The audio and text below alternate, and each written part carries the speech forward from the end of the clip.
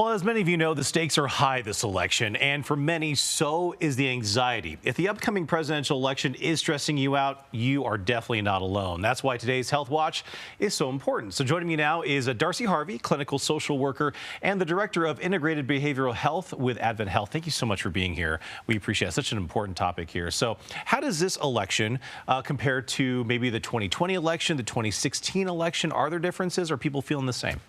Yeah, good question. First of all, thank you for having me. Of course.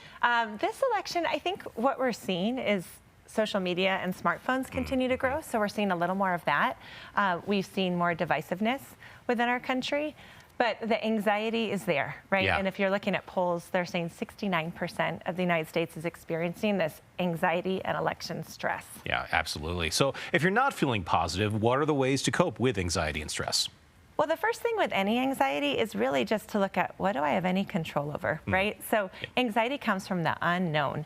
And when we're looking at, I don't know what I can do, you can vote. That's the first thing you can do. You can vote, get educated on issues, and then take care of yourself.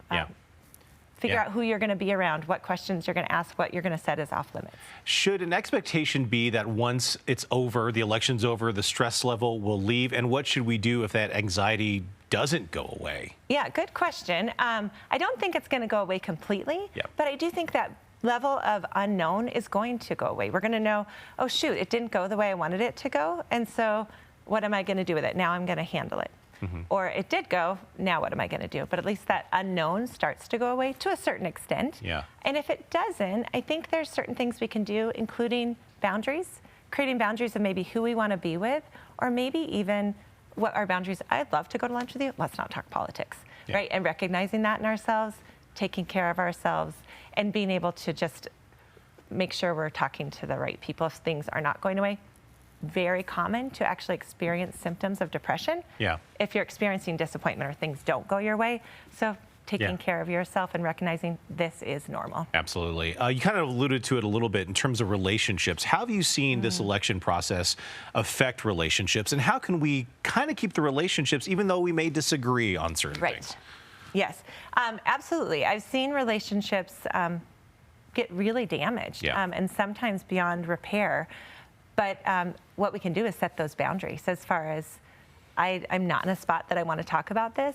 We also can really grow in our relationships by getting curious about maybe what different perspectives are and not just trusting what one person said or what we saw on social media. So I think relationships can grow with it. Really important to have the timing right, not right when you got the news that the election didn't go your way or you just read something that's really divisive. That wouldn't be the time for that. But when you're in a better spot to maybe get a little curious about it, and then really setting boundaries, let's not talk about this, right? Yeah, all of it's good advice, Darci. Thank you so much. I like the part where you said about you only can control what we can control. That is so important to put that into framing.